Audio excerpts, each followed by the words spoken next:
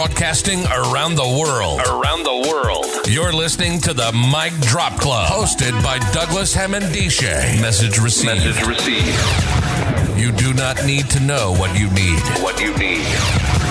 Just engage with the podcast feed.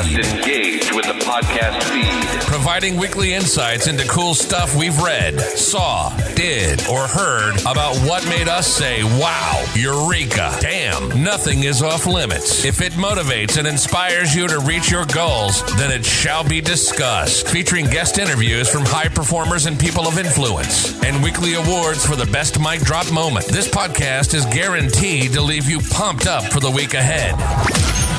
Don't just live life. Make life boom. How you guys doing out there? It's Douglas Hammond-Dishay with another episode of the Mic Drop Club. Today, I am blessed. I'm very, very fortunate to have in the house Philip Cox-Hynd, who is a change implementation specialist. This is somebody that has a technique and an approach to the management of change that is really, really close to my heart. His approach is unique in the sense that it's not primarily business focused. It focuses on the humanistic side of change, which impacts on the business. So without no further ado, I'd like to welcome Philip to the show. Philip, how are you doing? I'm well. Thank you, Douglas. Good. How are things in your area? The sun is shining in my window, so how are things in your end? The sun is shining outside. It's rather beautiful. And it's a nice compliment to lockdown, I think. Almost, yeah. The lockdown is having its effect. I think they say it takes 60 days to form a new habit. And I don't think people have really knuckled down to this new norm.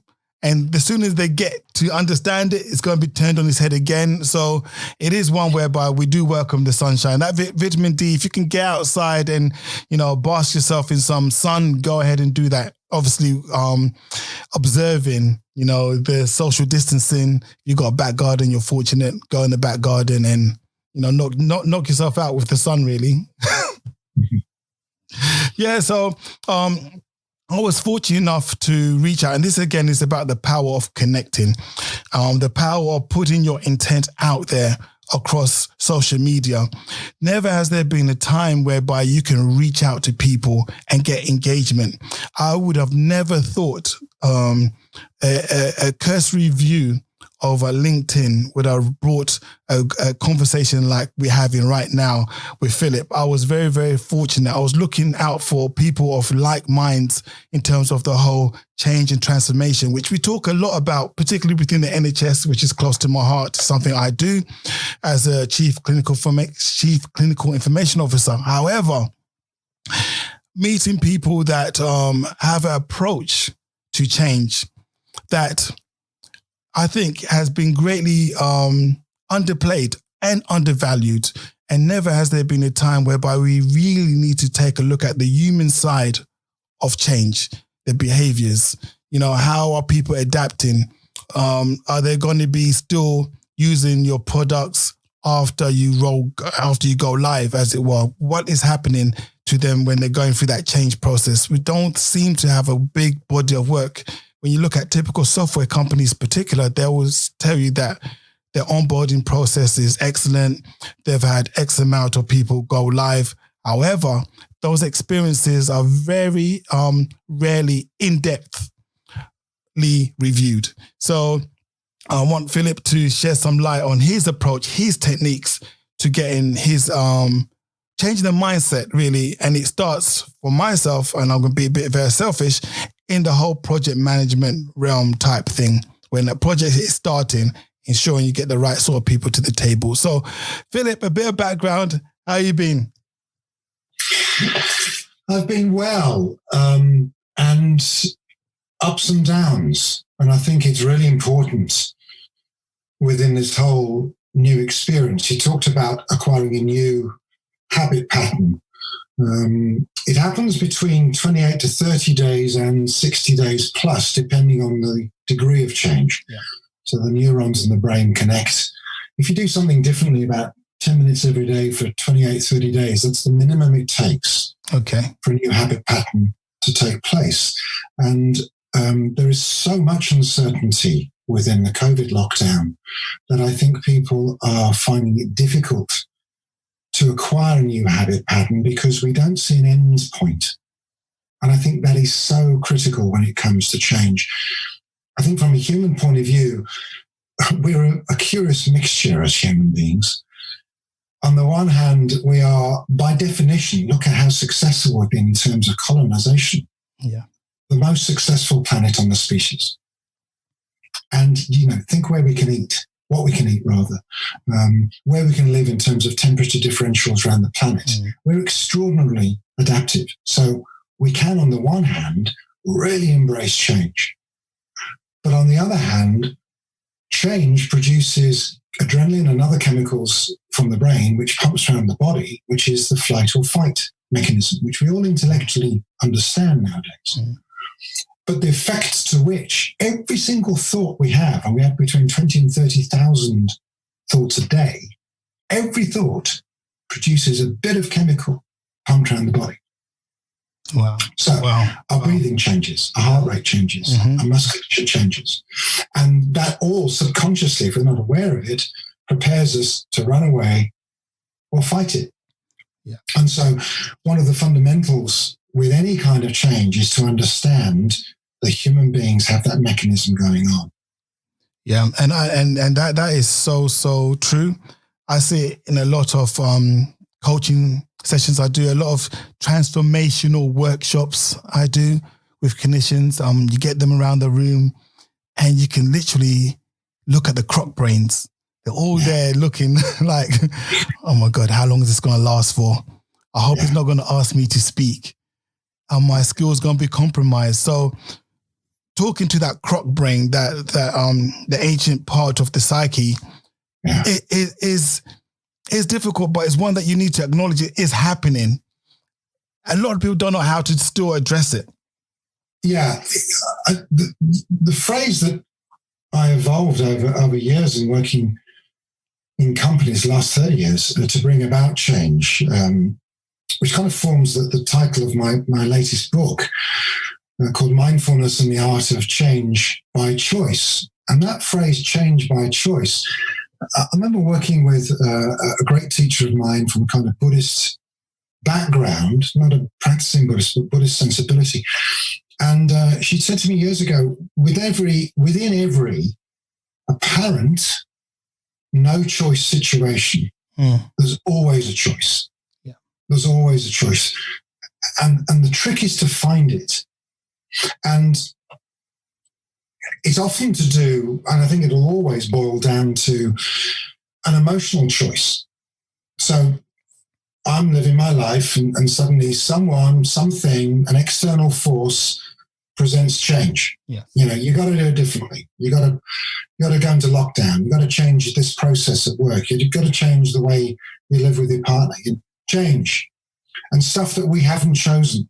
Yeah. It's bad enough dealing with change I have chosen. If everyone's ever moved house, that's a stressful piece of change, but we chose that and it's still stressful. Yeah. So when it comes to something that's imposed on us, where do we find the choices? And the choice lies in developing a mental attitude, an emotional attitude to noticing the reactions, because you're going to have them. No matter how enlightened or transformed we think we are, we all have reactions. Yeah. You push me, I want to push you back or run away. Someone cuts me up on the motorway, I want to cut them up or pull back or whatever. But then the beauty of being human is that we do have this thing called reflective consciousness. We can notice our reactions. May not be at the time. Now I still react and then I notice. Yes. Yes. And then that allows me to have some choices. That gives me, when I step back and notice my reactions, then I have an ability at least to respond. And I think the choices is increasing our ability to notice our reflections and then increasing our ability to respond.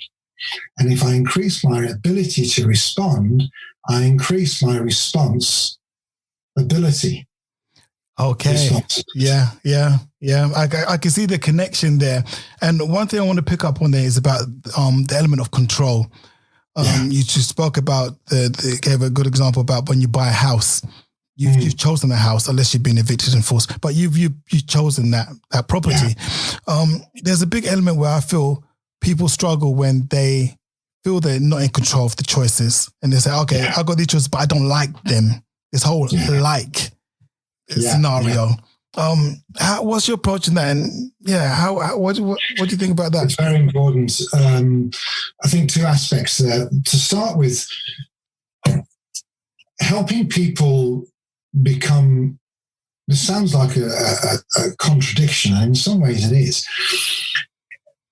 Enabling people to explore feeling more comfortable with discomfort. More comfortable with discomfort. So anybody who's ever been a runner or gone to the gym or done any kind of exciting experience that hopefully makes you feel fitter or raises your endorphin level will, probably even putting on your running shoes. I was a runner for years, and I never enjoyed putting on my running shoes because my croc brain was saying, this is going to be uncomfortable. Yeah. What you're doing this for, you're never going to be fast, you're going to sweat, blah, blah, blah, blah. Yeah. And I think Nike actually did it well when they came up with their slogan, feel the fear and do it anyway. Yeah. And then it became reduced to just do it. Yes. Just do it.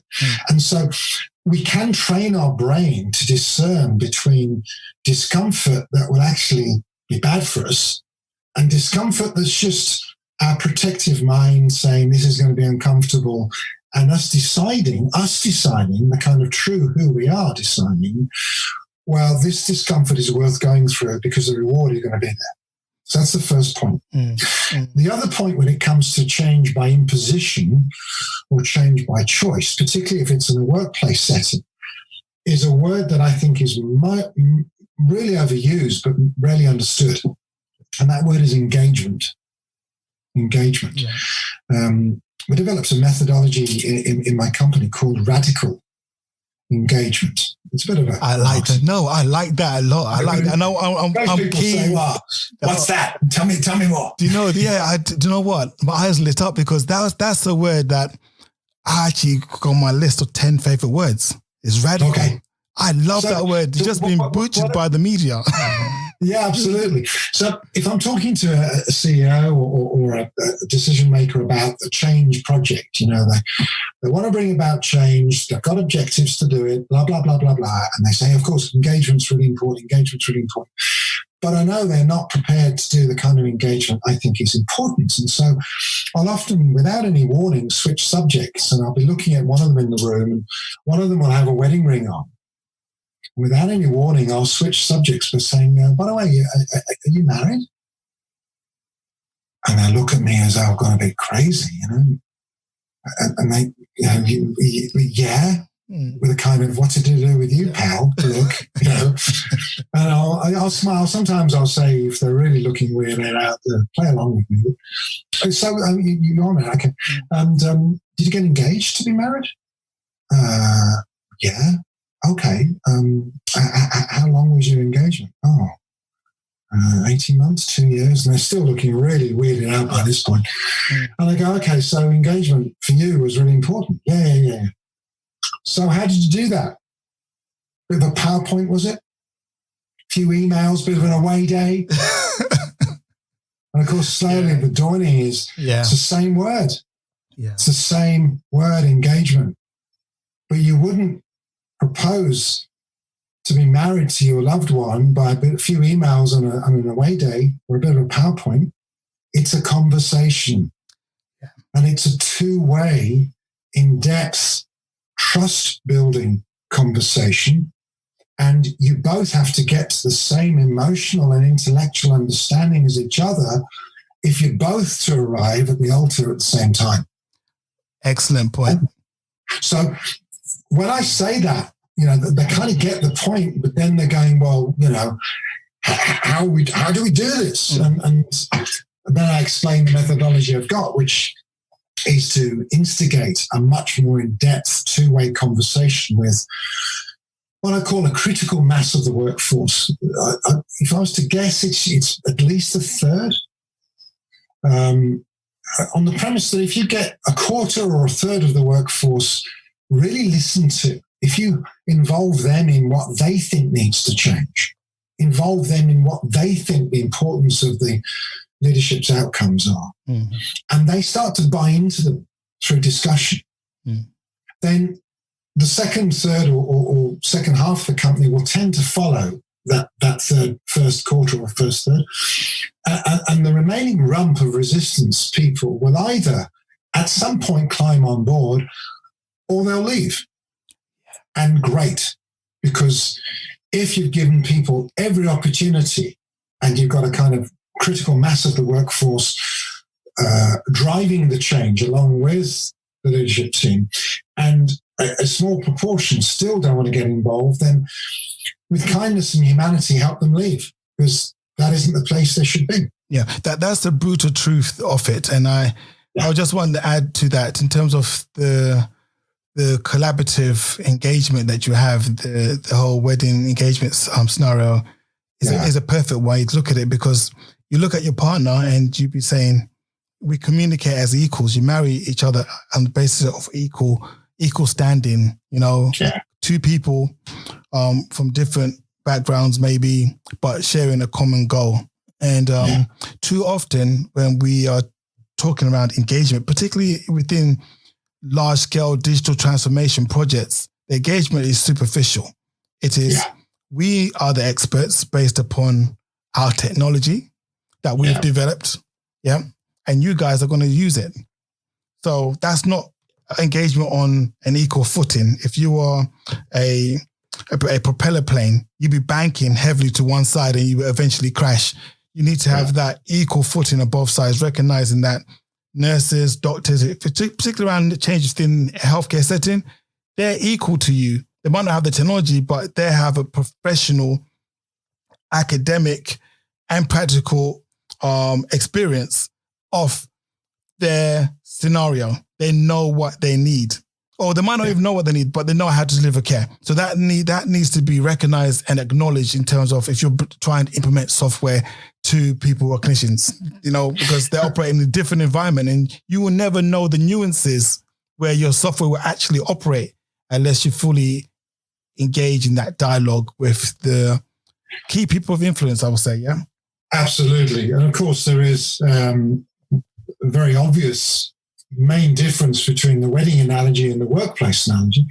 There are many, but the overriding one is that in the workplace, you're paying people to do a job. And therefore, a lot of leaders are slightly wary of a longer, more fuller dialogue process to gain engagement, because some slightly backward thinking, in my view, leadership, but they are valid, will say, well, I'm paying them to do a job. I'm paying them to change. Mm-hmm. And I can remember a good example. So Arup, big civil engineering company, designed and built the Sydney Opera House, the Beijing Bird Nest Stadium. Wow. Frankfurt Airport. I mean, one of the biggest civil engineering companies in the world, 10,000 employees. And I did a change project with them several years ago. And I was brought into the company by the change management director. And often the word change management was used purely within the IT context. Yeah. So in another company, he would have been the CTO. Yeah. But in Arup, he was the change management director, because in their world, you bring about change through software change. Yeah. But here's the flaw.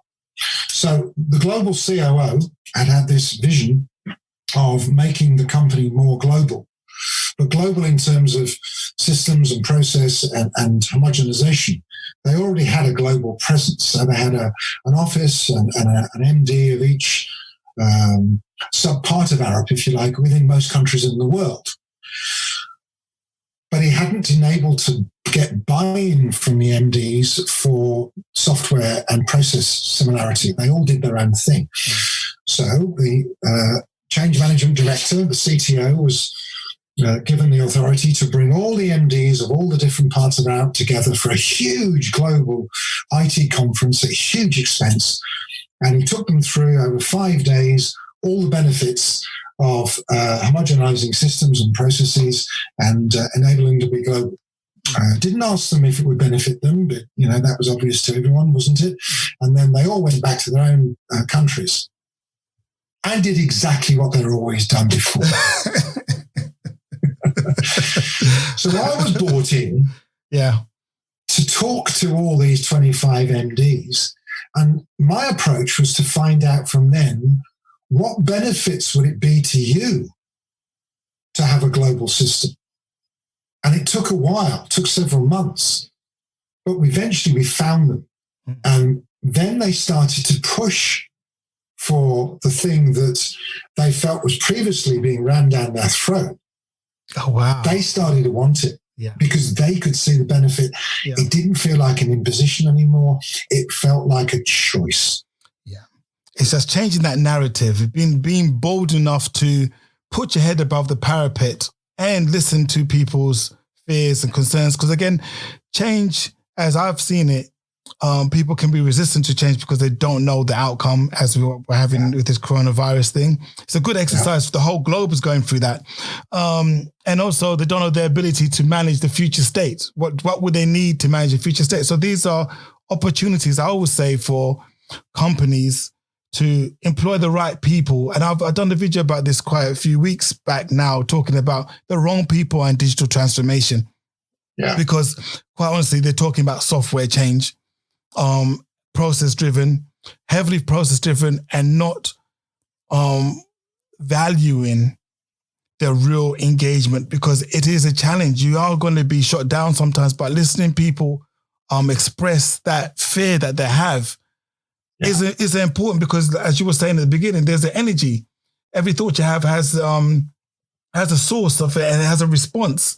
And not acknowledging that and not allowing that and a protective environment where people can express thought that maybe not well crafted or thought out, but allowing that safe space, I think is very important. I rarely see that within a project plan. I see workshops all the time. We're going to get feedback, but the questions keep the response very narrow. Yeah. And that's a very important point. Two things there. The response is usually kept narrow because the writers of the questions are frightened to hear the truth. Yeah. And on the receiving end, if you're asked to fill in questions and you can feel that those questions are being restricted, we're very emotionally bright as people, and we can feel that we're being pushed down a particular road or a particular outcome.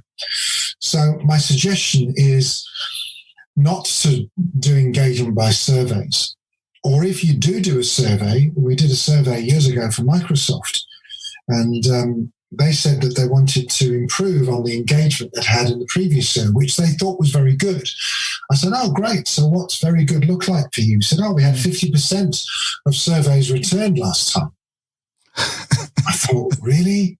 50%? Okay. So I thought about this. And so what we did is we interviewed within Microsoft UK, there were only about 300 or 400 people then. This is 20 years ago. But we interviewed 60 people. And we said, if you wanted a question to reflect what concerns you have, what questions would we ask? Mm. And we interviewed everybody for an hour.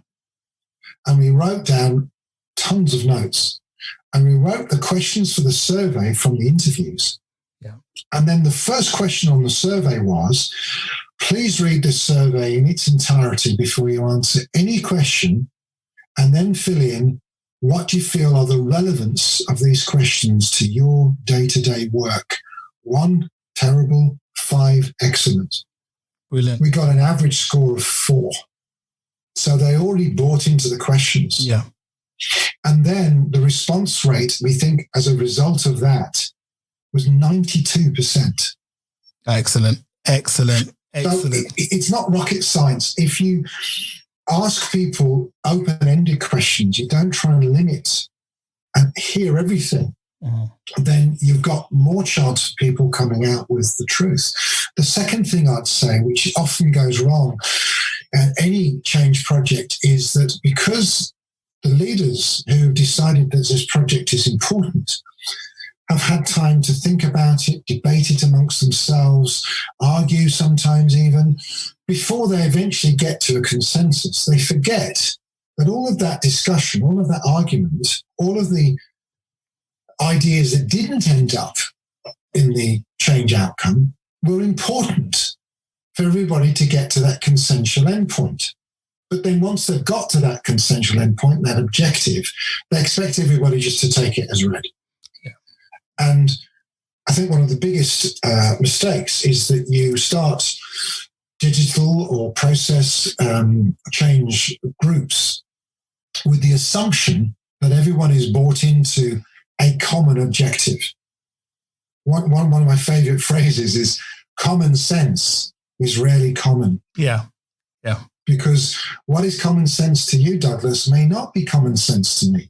And to assume that we've all got the same senses that are common, the same values, the same way of approaching an outcome is one of the biggest mistakes. So the whole notice of involvement, of engagement, needs to involve a degree of co-creation of the change objective. Yeah, that's such a profound point that you're making there. That being involved in partnerships in creation is something that I think from an uptake point of view is very, very important, and for post-implementation. When people feel that they were involved in creating something or involved in that creative process, they take a lot more ownership of it. And I would just want to ask you again, in terms of these, you just talked earlier on about engaging with the right sort of people. You know, you don't have to engage to everybody at the beginning. You need to get those influential people to really, really immerse themselves, really, really have their dialogue. And the smaller population will get on board because of the mass. The mass, I think, that will do it. Maybe 80-20% rule might fit in that as well. How do you go about seeking out these people who might not be traditionally on a change management board? There might not be people who are highly visible, but they are influential in companies. That's a critical point. So, as I said, as in the Microsoft survey example, but we don't very often do surveys now. We mainly do it through interviewing, and interviewing with two broad questions. One question is, what works? The other one is, what would you change? So I keep repeating variations of those two questions in an hour-long interview. What works? What do you love about this place? What would you enshrine? What do you talk about after a week's gone really, really well down the pub on a Friday night or on a Zoom call? And then conversely, what would you change? What irritates you? You know, what narks you? What do you think you're missing a trick on? So that's the involvement. And the who we talk to is critical. What we've found important is to, with the help of the leadership team, to select a representative cross-section of all aspects of the company.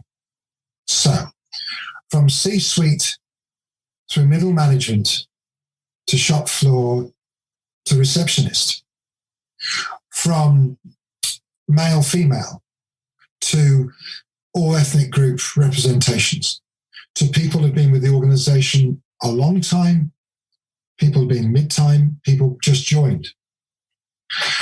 If we get the selection of representation inclusive, if everyone is probably being represented, the litmus test is that when all the interviewing has taken place, I and my colleagues then type up, you know, if we've interviewed 40, 50, 60 people for an hour long, we've got 60 hours worth of notes. And I get it all typed up. Sometimes I dictate it because it's fresh in my head. I have a double monitor. I put up all this stream of consciousness on one side. I take all the names out so I can't even see who said what. And I literally cut and paste the changed colloquial comments from the stream of consciousness into an emerging, what starts out as a blank document on the other side of the screen. And I cut and paste them into clusters of similar comment. Yeah. And I may do that until I've got nothing left on the stream of consciousness side. They've all been clustered. And I may do that again. So they end up with 6 or 7 or 8 themes, but they're themes purely supported. And if somebody says, to me, when the hell are we going to sort out so-and-so? And they may use an even stronger word than hell. That's what I write down. That's what I type up. So I don't sanitize it because there's something visceral and human about that emotional language. I sometimes change the syntax so it's not obvious that Fred said this or Jane said that. And then those themes I type up no more than 2 pages for each theme. I let the theme title emerge, having read the colloquial comments within that theme. I may do a summary paragraph of the theme, but basically 90% of the words in that snapshot report, I call it, are the colloquial comments from the interviews. I then take the leadership team off site and I only then give them a copy all together, and then I read it out loud, theme by theme. And you get a few red faces, you get a few shuffles of discomfort in there, you get a few wow. But the question I ask is not, do you agree with it? Do you recognize this? Yes. I'm not talking about every comment. You're going to get a few wacky comments. Do you get the point of the themes? Do you recognize what people are saying? And I've never done it without the people saying, yeah, I get it. And I've never done it without the themes chiming with what the leadership team had already realized, but were trying to impose. Because then what I do is I've only had it refused twice. I then do read-throughs with the entire company. Now, that's very interesting, Douglas. Wow. Because coming back to your original point, if it works, and I've never had it not, the people who weren't interviewed, if we've got the cross-section of people who were right, will say, you know what? I could have said that. I recognize that. Yeah. And when I say to them at the end of each theme, do you get it? They go, yeah. And then I'm actually listening out for the next stage of the process. So what I've done, I've raised awareness. Change happens by 3 stages. Raise awareness such that you may want to own it or be responsible for what's been raised. And if you own something, you're more likely to be accountable for it, to be measured for it. So it's almost like I farmed the collective awareness. I fed it back to the leadership team, then fed it back to the company. And for those who really get it, they start putting their hands up or sending an email saying, can I volunteer where appropriate to be part of the fix-it teams? Yeah. So they're offering themselves to be responsible for that which they helped identify. And I helped the leadership team come up with a range of interventions to address the change issues. Some of them can only be done by leadership. That's what they're for. But a whole slew of stuff can be changed by working groups of volunteers. And I coach those groups. I coordinate all of the interventions. But because you've got a third of people, sometimes half the workforce involved in working groups, we only meet for an hour and a half once a week, for instance. They put recommendations together. They present them to the leadership team. Often they're then invited to implement. Yeah. So you've actually got this full cycle of people being so involved, so engaged in both identifying the change, but also in bringing it about. And we often produce a mind map of all the interventions going on. In several companies, that mind map's become a screensaver. And on each intervention, each bubble, if you like, of stuff being done, you see the initials of the working group volunteers that are involved. And I was in a company a couple of months ago where I was overhearing a conversation. It was brilliant. 2 people on a desk saying, when are we going to change this bloody process? Because it's really annoying me. That was the word. Use a stronger word than that. But we've got a process group, haven't we? And the other one said, yeah, hang on a moment. Looked on his screen. Hey, it's Jamie and Justin. Their initials are on the process group. Hey, Justin, how you doing with the process change group? Oh, really well. We should get recommendations to the management team in 3 weeks' time. There you go, mate. Wow. And it was like magic. Do you know because change was being driven from the inside out, from the bottom up, as well as from the top down. Exactly. And you did describe the process as simple. When you break it down like that, it's simple. However, it is a very complex process that you are imparting on the listener here. It is very, very complex. I've lived that path whereby now I've come to realize, particularly within very large organizations, that power no longer sits at the top of hierarchical structures. That is not where the power is. Anytime I'm involved in a change implementation project, I like to reach out to these small groups that are loosely connected, but have common themes and common goals in terms of trying to be productive, trying to be innovative. And then this is where what you were saying is so important in terms of the responsibility element. When we give these groups ownership, they get more responsible. Yeah. But responsibility is, there's two words there. There's respond and ability. A lot of times when I was a champion user volunteering to bring about change, I would disengage whereby I didn't have the ability to bring about that change. I wasn't given the tools, the power to make decisions. I wasn't given the right access to the right people. So it was almost like a token type of thing you put in your CV. I was a champion user for this software product, but actually you had no ability to do anything. It was just like, we're going to go to you. This is what we want done. And can you make sure you impart what we said to your subordinates and stuff like that? It's not really the true accountability, the true responsibility that you are talking about that will lead to long-lasting relationships between your networks and whatever change you're implementing to that organization. That's really important. There's two points in that, Douglas. One is going back to the 3-stage process I briefly mentioned: awareness, responsibility, accountability. There was another word like engagement that was a real flavor of the month a few years ago, and it's still used from time to time, and that's empowerment. Yeah.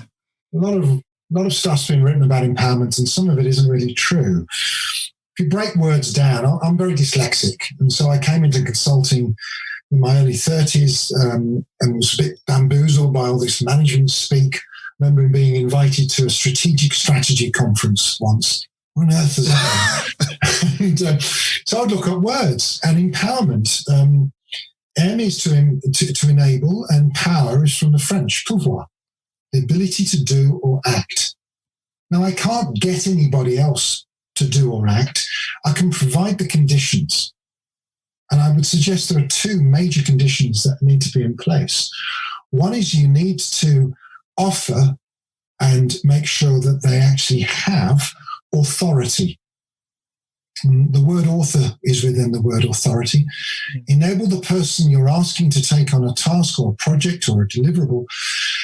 Do they have the tools, the skills, the confidence to be the author, to be the authorship of what they're taking on? And secondly, negotiate what they're being prepared to be measured for, to be accountable for. You only hold somebody's feet to the fire for something they've agreed to take on, knowing, believing that they can take it on. If you try and press somebody, this is often the downfalls of poor delegation. If you dump on someone rather than delegate to someone, delegation should be choice-led. I'd like you to do so and so with the outcome of this within this time frame. Are you able to do it? That's the question often missing. Are you prepared to do it? What resources might you need to do it? So I agree with you. For accountability to take place, you've got to have ownership, but you can only have ownership if people feel as though they can be the author of the outcome. Yeah. And the thing that kind of lubricates everything we're talking about, from engagement to establishing accountability, etc., etc., etc., is the word relationship. I worked with an American guy for years, and he used to come out with some of these really cheesy, I used to pull his leg about it, American expositions of words. And one of them was, have you got a relationship or a relation rowboat? Wow. A relationship or a relation rowboat. So putting the cringe to one side, it's interesting. So a rowboat, a little rowing boat. Yeah. It doesn't take much to capsize it. You can't go very far in it. Mm. It's very maneuverable, but it doesn't carry a lot of stuff. But a ship, a big ocean-going ship, it takes a long time to build, a lot of cooperation, it can carry a lot of stuff, can be difficult to change course, so relationships can get stuck. But I think the key that has often been missing, although I think there's changes afoot with the awareness around mental health particularly, that relationships, for them to be real, need to contain trust as an outcome, but trust is an outcome. You only get trust if I can slowly get to know you such that I can possibly disagree with you, that I can have a different opinion to you, that I can say when you do something that upsets me without fear of you trampling on my feelings. So if you take about a relationship in a personal setting, either an intimate relationship or with our kids or with friends, it's a two-way street. Trust comes as a consequence of being real, of being vulnerable, of making mistakes, of celebrating our wins but consolidating our loses, of being there for each other when we mess up. And my view on good managers, on human leaders, I'll tell you a quick story if you've got time. We have time. Okay, so a long time ago, before sailors had GPS and radar and all that stuff, in old-time sailing boats, we had the sun, we had a sextant if we were lucky, but also particularly around really tricky waters, very shallow or dangerous waters, we had experience. I had experience of sailors who knew those particular waters. And it was the done thing that captains wouldn't just say, I'm the captain of the ship, I know everything. They're going through a particular tricky piece of water. They would ask their crew, who knows these waters well? Who sailed in these waters more than I have? And the most experienced sailor for that water would often volunteer. And they would go to the front of the ship, either lie down on their belly or look at the water below them, and they'd often have a depth gauge. A very simple piece of string with a weight on the end of it, and they keep going down and they, depth gauge where they were going and call out commands to the captain. And this person, the most experienced, wouldn't necessarily be an officer. Could be the lowest of the low. They had two massive qualities for the people on deck. They were trusted. If they got it wrong and the ship got wrecked, everyone could die because very few sailors in those days could swim. So this was serious. So they had to have trust. The other thing is they had to know where they were going and how to get there. Clear direction, trust. Clear direction, trust. And at the bottom of the piece of string, their favorite weight, because of its density, was a piece of lead. And they were known as the leader. Wow. The leader. The leader. The leader. Oh, wow. Yeah. So they weren't the high and mighty in that context. They weren't the captain. They weren't the guy telling you what to do. Yeah. They had the trust of the men and they knew where they were going. And all leaders need to build relationships. My God, yeah. Because it's through trust. You have to earn the right to lead. And you know if you've got good leadership because you've got choice-led followership. Yeah. And I think that's a message that's been so underplayed and not devalued, but not even known about, because my mind is just exploding now. It's just, you opened up a lot of our potential in terms of when I go back into the work environment, how I'm going to implement new ways of addressing challenges that we have around change and management. So wow, what can I say? That the whole thing about leadership there, the lead that they're putting down. Leadership is one of those qualities that I feel, prior to me talking to you, I had a conversation with one of my work colleagues about, we had this conversation about how we believe somebody is a good leader. Yeah. And we said, we came to the conclusion that you must pass the believability test. Yes. Go back to your analogy there. So the believability test is, have you done this before? How many times have you done this before? Before you can take somebody's view, opinion, or statement or facts as to being true. Because sometimes you're in a situation where nobody knows in that office what the hell they're talking about, but they know that change needs to be done. So I think being able to inspire and allow that person who can lead with the lead that comes from any background, from the lowest ranking to the top. And what I find amazing is within digital change transformation within the NHS, a lot of people that are in senior positions came up through the ranks, either as secretarial people doing, and they were just, oh my God, I need to get this printed out. The doctor was talking to this admin clerk, and the admin clerk will fix the IT problem because the IT take time to come. But these people took the responsibility to resolve something, and then they moved themselves up and up the ranks, and they've forgotten that journey. Yeah. They've almost reached that zenith, and okay, I'm here now, and everyone below me, you're on your own, as it was. Yeah. I think something about remembering your journey, which is very, very unique and should be used to drive, and instead of having clicks for likes and followers, all that kind of stuff, having people that understand your journey and want to be part of that as well.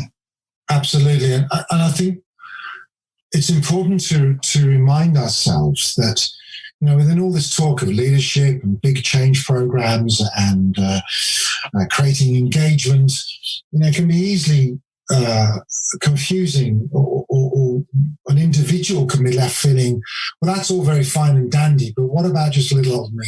You know, I'm not a great influencer. I'm just part of the crew. You know, where does this leave me?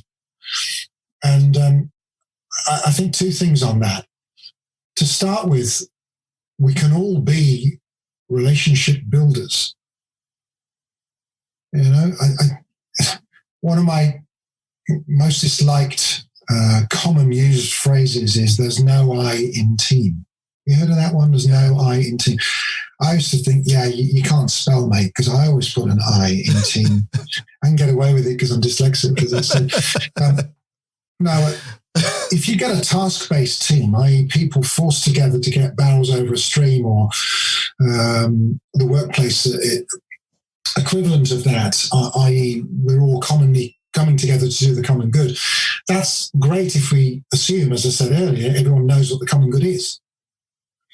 But if you get a team comes together that is born out of relationships, what I call a relationship-based team, it may not be everybody, but if you've got a critical mass of people, say there's 8 people in the team, and 4 of them or 3 of them are a bit more conscious, they're a bit more sensitive to when Fred gets angry, or when Rachel storms off upset, or when this one has something to say but can't find the words. You know, if they're all got their awareness of themselves and trying to build relationships, not just between themselves and the other people, but between others within the team. If you've got relationship builders within a team, you're more likely to end up with a relationship-based team.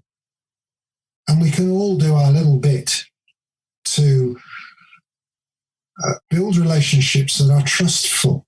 And even when I mess up, and I mess up like anyone else, can I reflect on my reactivity and go back in and apologize? Can I go back in and say, actually, I think I got that one wrong? So that's one thing. I think the other thing to say about leadership is that we can all be leaders. I can remember the story in the opening of my book, I think. One of the facilitator teachers I had to help me facilitate big workshops and personal development seminars to 150, 200 people at a time, which I used to do in London. My teacher and I were walking along the streets to a conference in London, and we're having some big philosophical debate about something, and I didn't know where I was going, and I was trying to keep up with her intellectually as well as following through the back streets, and she crossed the road, so I followed her, and I was still trying to follow the argument. And as we got to the other side, without breaking what she was saying, she bent down and picked up a ball of greasy chip papers, fish and chip papers. Carried on this philosophical discussion. I was really distracted by what she'd just done. But then she crossed back onto the road we'd already been on and carried on talking. And at this point, I said, sorry, whoa, time out. Yeah. I can't, I'm lost, I'm losing it here. We went out of our way to cross the road thinking that's what our journey, but it was so you could pick up this greasy ball of chip papers, and I can't concentrate on that and this deep discussion. I said, what's just gone on? She said, well, I noticed the part of my brain as I was talking to you about the philosophy went off on one and blamed the little out for dropping the papers. Okay. And the reflective consciousness part of me kicked in and said, okay, so what do you want to do about it? Now I had some choices. I could actively blame the little out, and some days I choose to do that. Or I could write to the council, and I've done that. And on this day, I decided to pick it up and stick it in the bin. That was my choice. Change by choice. Yeah. And in that moment, she led me. She was role modeling leadership. Yeah. It takes something. I was on a Zoom call last week, and the guy, it was an interactive workshop, and it was like 5 hours long with breaks. So it was really intense. And he said a context at the beginning. He said, if you want to chime in, just hit the unmute button, or you can chat in the chat room. And of course, what happened? People defaulted to what felt safest, and everyone defaulted to the chat room. And then the moderator read out what was in the chat room so everyone could hear it, because not everyone.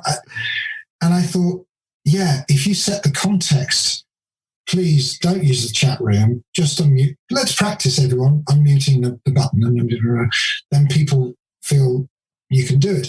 And sometimes in a crowd, it takes courage, and it does, to put your head above the parapet and pick up the chip papers, or say something to a parent hitting their kid. I've done that.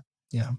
Was I right? Don't know. But did I have in that moment the courage to do something? I did. Yeah. Was it the best thing to do? Don't know. But we all have opportunities to build relationships and to show leadership from time to time. Yeah. One thing I'll end up the leadership thing on, if I may, is a lot of my work I do one-to-one coaching days with C-suite individuals at the beginning of a change program. And it's often the way I get to do a change program, because they often don't write me a huge check to do a change program over a year or two. I have to win my spurs, and often do it by doing a coaching on the individual leaders. And I've developed this way of working with one individual for a day, an 8 to 9 hour day. And I remember doing this with the CEO of a big multinational. He was knighted, Sir Christopher so-and-so. The purpose of the day is he wanted to be more effective at influencing the MDs of the CEOs, rather, of the various subsidiary companies throughout Europe. He was in his early 60s, knighted, as I say, got a great MBA, a great degree from Oxford. We did the coaching day in the company Grace and Favour apartment in Mayfair. Wow. And in the lunch break, he showed me his Jaguar collection in the basement garage, 6 Jags. So I'm telling you all this background because, to all intents and purposes, this guy had made it. He was a leader. And The session was quite deep. I even took him into childhood experiences, did a bit of emotional regression work, really helping him unpick his own things to work on as well as his strengths. And we started to talk about his insecurities and his vulnerabilities and things he'd never really talked to anyone about. And about halfway through the session, I felt I'd earned enough trust to pose the question, so Chris, what's your biggest fear? And he smiled and wistfully looked at the carpet and he said, that's easy. My biggest fear is one day I'll get found out. Okay. Wow. And I kind of knew what he was saying, and I pushed it a bit further, and I went, found out for what? He said, found out this kid in short trousers got this far. And, there's a birthday card that somebody sent me years ago, which I've framed and I've stuck on my office wall here. And it's just a quote from the authoress, Margaret Atwood, did Handmaid's Tale. And I'll just read it. It says, I believe that everyone else my age is an adult, where I am merely in disguise. That is such a profound declaration of imposter syndrome that a lot of people can resonate with, including myself. Absolutely. I've been there many, many times. and what's often so easy to forget, Douglas, is that, when I worked in a company, or even now when I go into companies, and people look up to me and they see me being articulate, hopefully, and very confident and able to put ideas together, etc. And now I consciously will show them my vulnerabilities. I'll talk about my dyslexia. I'll talk about times when I'm scared, even now. I'll talk about times when I don't know the answer. And I encourage leaders to do the same, because if my leader balances ultimately having the courage to make decisions, that's important. That's the kind of parent role of a leader. But if in so doing so also shows a degree of humanity and vulnerability, then it will not only endear those they're leading towards them, but it will also encourage those they're leading to offer their own ideas to the leaders, realizing that leaders haven't got all the answers, because they haven't. Excellent. Excellent point. I think that leads on to, that saying, I'll fake it till you make it. Yes. The problem is that we're, as human beings, we're far worse an actor than we think we are. And exactly, when we're faking it and thinking we're getting away with it, you don't have to be a psychologist. When you work with someone, you share a desk with them or you share a team with them. If they're upset or annoyed, you can tell. You don't have to say anything. Yeah. They pour, they humph, they move, they breathe, they sigh. You know it. You know.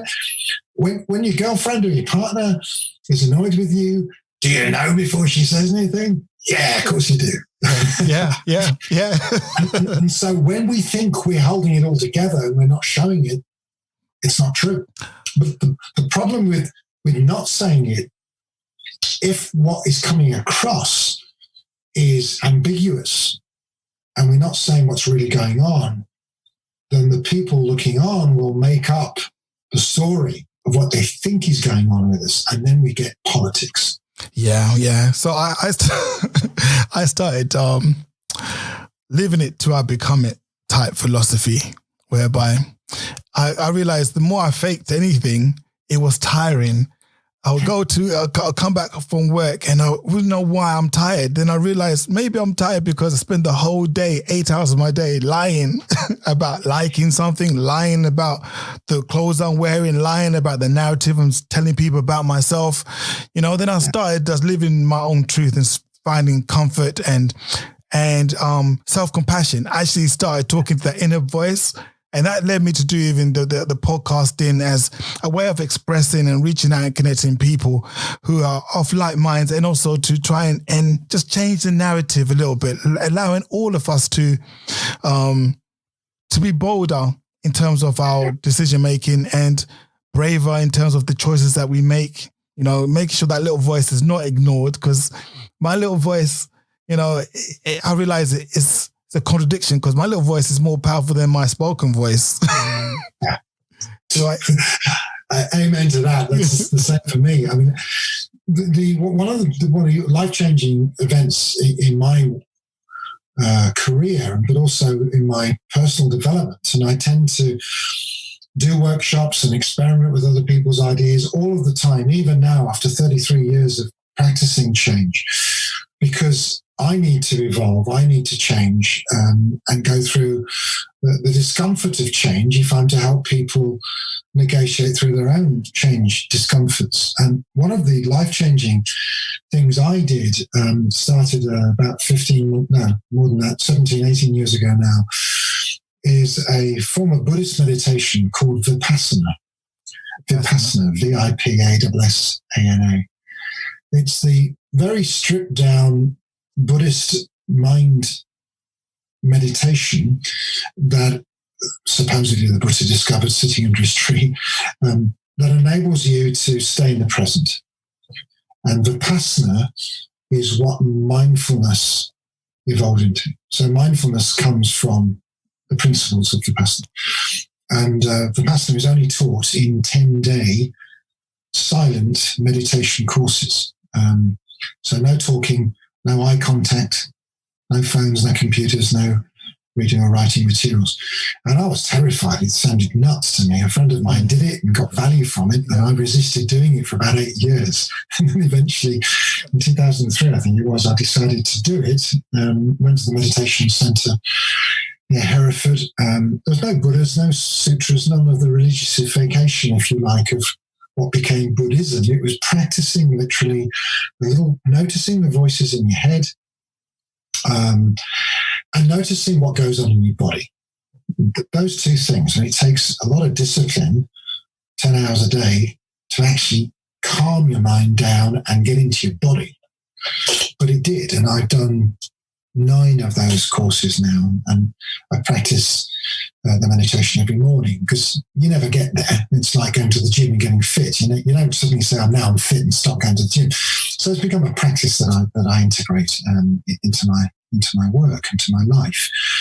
The thing I really learned from it is the kind of practical dynamics or laws, if you like, to do with emotions and how they relate to what we now call emotional energy.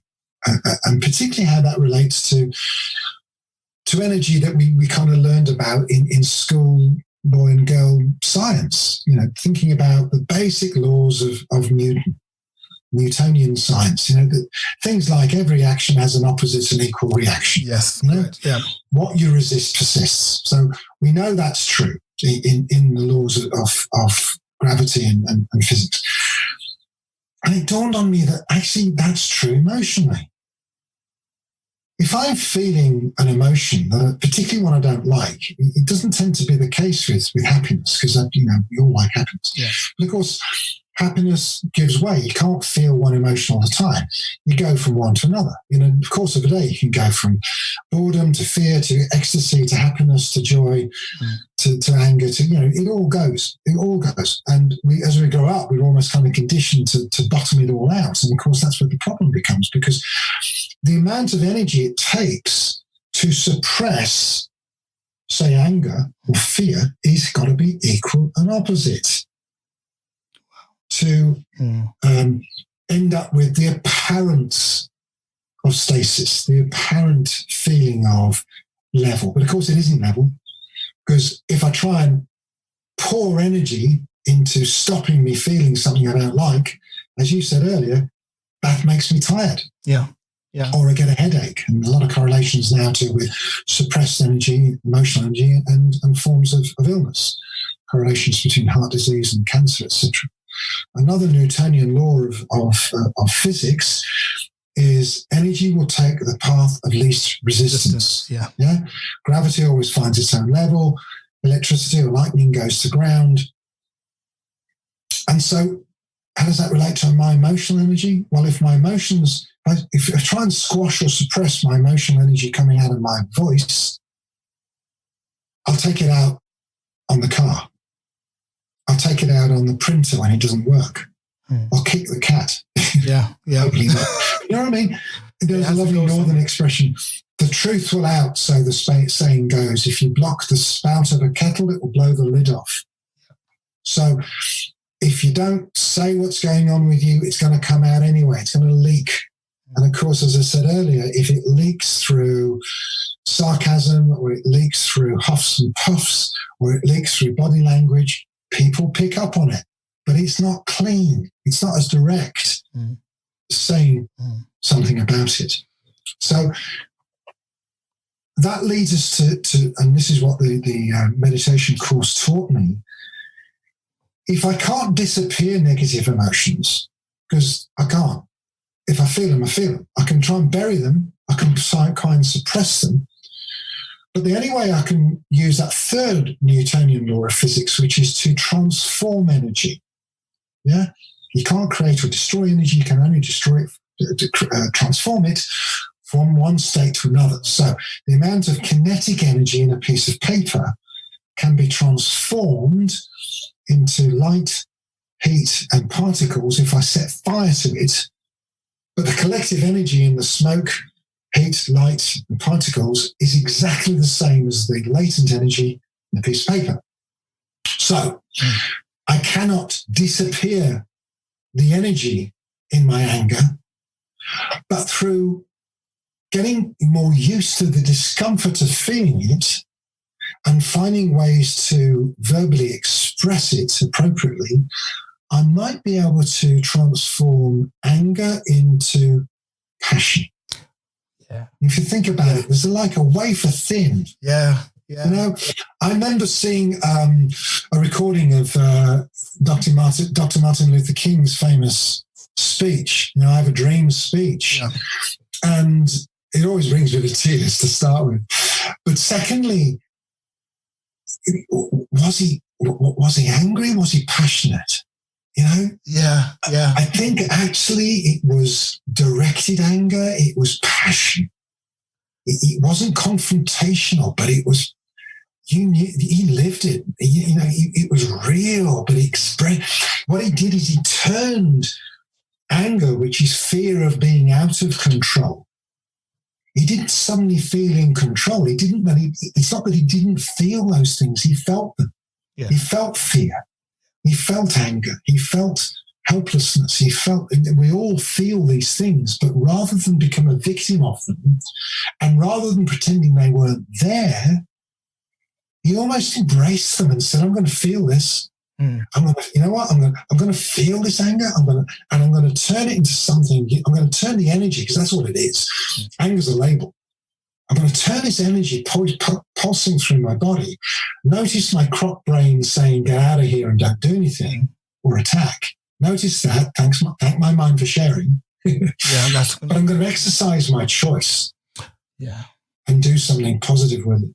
Yeah, and that is an excellent example whereby anger can be used many times with directed, transforming the energy into a state that will lift your conscious level up from, because sometimes you could wallow in, because at some point you have to move. Say, for example, you're at the state of sorrow or grief. At some point you have to get angry enough to say enough is enough.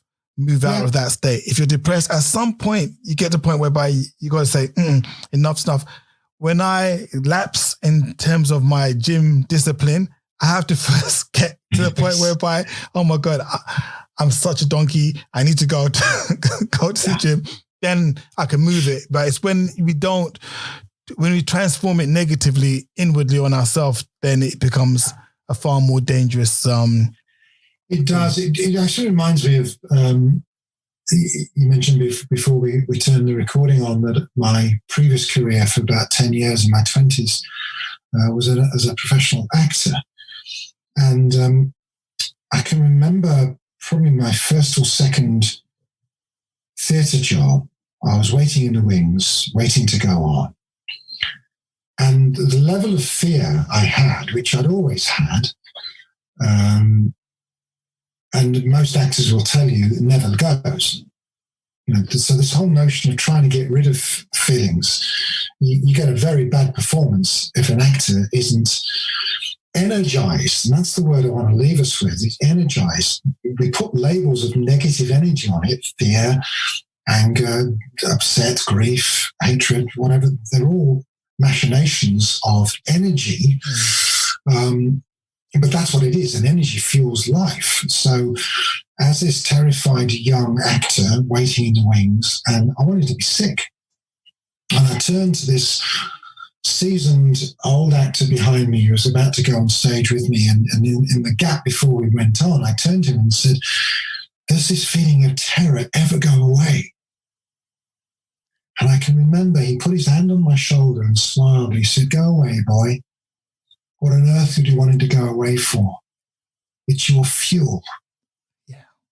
You'll never be completely comfortable with it, but you'll learn to embrace it, because without it, you'll be a shit actor. Sorry to use a slightly dodgy word, but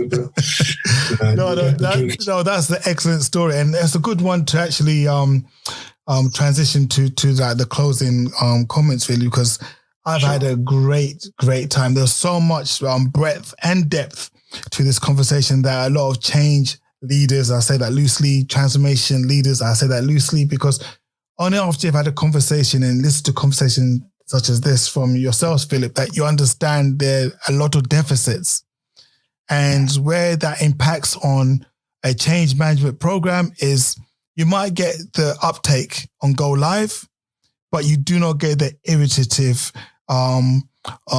development of your solution.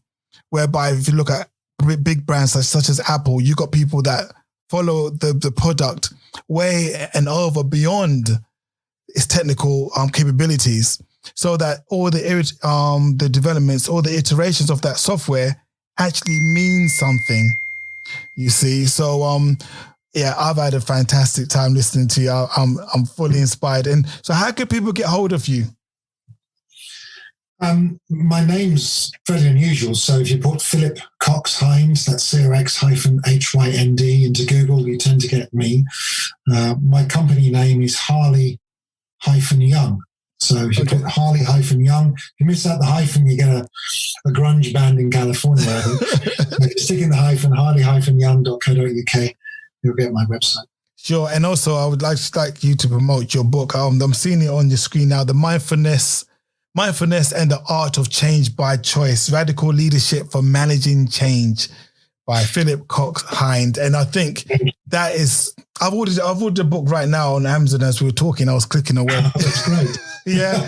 because the first half of the book is on the kind of psychology of change, both for ordinary human beings as well as for leaders and managers. And the second half is how we brought about change, and how we blended, not just through engagement, how we blended the cultural change, but with practical changes of process. So I do process mapping.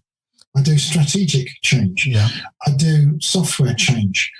And they have to happen side by side, software, human software, and the hardware of business process and systems has to happen hand in hand, but it all starts with engagement and leadership. Excellent stuff. So, Philip, thank you very much for your time, and hopefully we'll do some more projects in the future in engagement. And anybody listen to this, we'd like you to engage, post your comments, and don't worry if you didn't catch some of the links that Philip was talking about. Everything's going to be in the show notes, so just relax and tune in for the next show. Take care, guys. Have a great week.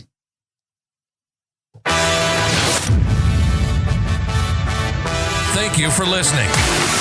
Don't forget to check out micdropclub.com and get the show notes and useful links. Subscribe to the podcast.